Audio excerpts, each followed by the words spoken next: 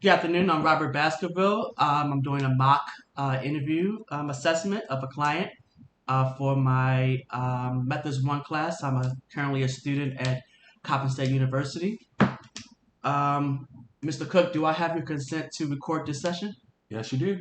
As you can see, I have gathered the client's consent, and I also consented myself being recorded since I am recording. So we'll get started. Good morning, Mr. Cook. How you doing today? Good morning. I'm well. Yourself? You're well. That's good. That's good to hear. I'm doing well as well. Tell me a little about what brings you in today. Just needed to really talk to someone. Right now we're going through this whole coronavirus crisis, and Absolutely. it's been really tough on me and those around me, my family, and things like that. Um, my company went through a huge staff reduction and cost reduction, so a reduction in force, and over 5,000 of my colleagues, to include myself, lost our jobs in one day. Sorry to hear that. And, some of us invested years, like myself, 9 years into that. And it's been hard to try to find another place of work. As you know, every company has been laying off, or some businesses shut down. So it's been really tough on me. Unemployment has been doing the best that it could, but it's not where I'm used to in regards to my income. So I'm having a lot of struggles, facing eviction, had to do a lot of cutbacks. It's very depressing. So just looking for some resources or some help to try to help me navigate through this global crisis and just my personal situation, what I'm dealing with in this pandemic. Wow, I'm so sorry to hear that you've lost your method of income, and we definitely have some resources here that can definitely help you with your situation. How long have you been dealing with this challenge? Since June of last year. Okay, and you've already filed for Maryland unemployment. Yeah, I filed for merit unemployment, and just like many others, it took over 2 months to even get a first payment. So, if you really didn't have a good savings or anything like that, I would just really be outdoors already and just really suffering more. So, even through that crisis of them not being prepared, no one was prepared for this. So, companies had to restructure themselves on how they would deal with this dynamic situation, and it's been really tough. So it took over 2 months to even get the little assistance that they do give us. So, what else have you tried to resolve this issue? Anything, whether that be Uber or Lyft driving, but of course, that takes a while to get through, and they had a limited amount of staffing. There were curfews, so you really couldn't work as much as you wanted to, because you have to abide by your state and local restrictions and social distancing. So even in that industry of getting some type of side residual income hasn't been prevalent, or companies that help deliver groceries, that hasn't been as prevalent. So, it's the things that people would normally go to, such as myself, for extra income. We've had to really be limited with that as well. So it took Uber and Lyft over a month to just approve my documents. So, it's really a crisis. Everybody's behind. No one knows what to do. No one knows how long it's going to be in the future for with this pandemic. So, what are your emotions right now concerning your relief of duty from your job? Um, it's really depressing. Something that you give your life to. And you never thought that, after all that you put in and the ethic that you have, and um, the actual numbers that you gave, and the great work that you put forward, and always good reviews, that this would happen to you. But unfortunately, like, pandemics don't have a name to it. It doesn't choose who stays and who goes. Exactly. So there's many factors to play along with that. Where you work and stuff like that, and where you're based, and things of that nature could affect you. Not saying that you're not a good worker. It just means that there's not enough to take care of the staff that's there. So it's mind-boggling. You set course for something, and then everything you've planned is now shattered before your eyes. So now you're in a place, and I'm in a place in my life where I have to just reinvent my whole entire life. So, how would you like to reinvent your life? If you had like a magic wand, what would you like to be doing? At this point, sometimes you could be so caught up like me, just doing the normal, going to work, the normal hours, the 9 to 5s or whatever hours you have, and you get complacent because you're comfortable, like I am, like I was rather, and just saying, things are okay. I'm okay. I'm taken care of. My career is great.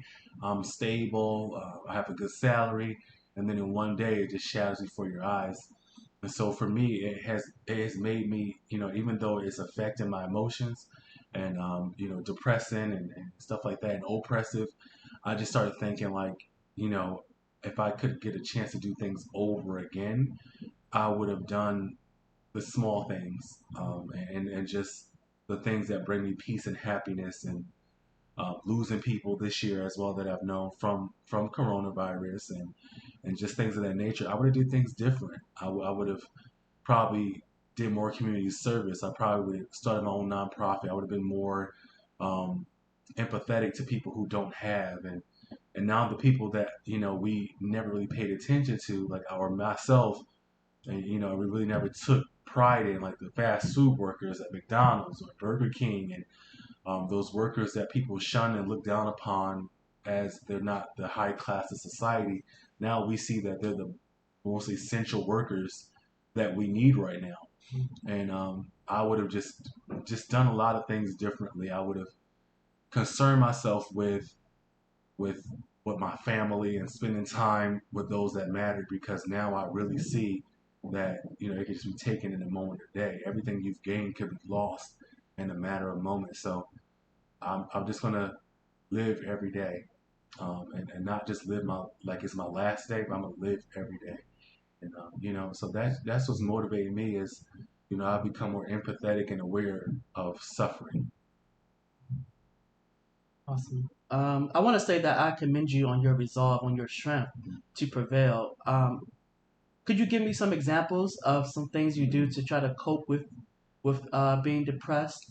I mean, I just think about that it could have been worse, or it could be worse, right? Even though I'm struggling or staggering, I'm still on my feet. I still have a roof over my head. It may not be going great, but I still have clothes. I'm still eating. It may not be what I'm used to, but I still have when others don't. And even though I've gone through losses, I can simply say that I'm still happy that I'm being sustained Okay, with the little I have. absolutely. So, what spiritual or religious background do you have that helps with Okay. coping? I'm a Christian, Sure. Okay. so I just live by the words of Jesus, and now those words are more prevalent to me to take care of the widow, orphan, feed the hungry, clothe the naked. Mm. And now that it's one thing for me to believe that, and now that I'm going through crisis, I know what it means, and to be just empathetic. So as you asked me before, like what has come positive for me, I really can say that it's made me more aware and empathetic, and for that alone, I'm just grateful for that. So I'm trying to stay positive even through depression, and trying to alter those negative realities to make it positive realities. That the reality is that I have lost. The reality is I'm struggling, but that doesn't mean I'm without. So, what are the top challenges that are acting as barriers to your success? Uh, Lack of resource, lack of opportunity, and it's just yeah, it's just people are looking for help, but there's really minimal help because everyone needs about help right now. Okay. Yeah. So, if we were to provide some resources for you for job employment, I'm guessing maybe food referral. Yeah. Okay. So employment. Do you think you would need any emotional counseling or? That would be great. I Okay. think someone just to talk to every once in a while. Absolutely. Someone different. You don't really, sometimes that pride get in the way where I want to talk to people who are just close to me because they they always seen what I was and not what's going on or who I am now. So now this has, changed me a lot. So they probably won't even know how to even talk or address me because this is someone they don't even know. Has this experience been new to you? Have you ever spoken to a social worker before? No, I have never spoken to a social worker at all. Okay. So what do you want to receive from us? What can we do for you to help better your situation? Uh, just guidance, someone to talk to, just some resources to help me get back on my feet and just weather through life right now. No problem. Well, I want to thank you so much for coming in and allow me to listen to your story and to understand your viewpoint and we're going to do all we can to help you with your challenges right now as far as employment, income, anything that we can do to help you with. I'm here for you. You have my contact information. I want to thank you so much for coming in, and it's a pleasure meeting you. Thank you. Pleasure as well. Thank you. And we'll also set up a follow up assessment to go over some further things Okay. so we can see what we can do for you. Okay. No problem.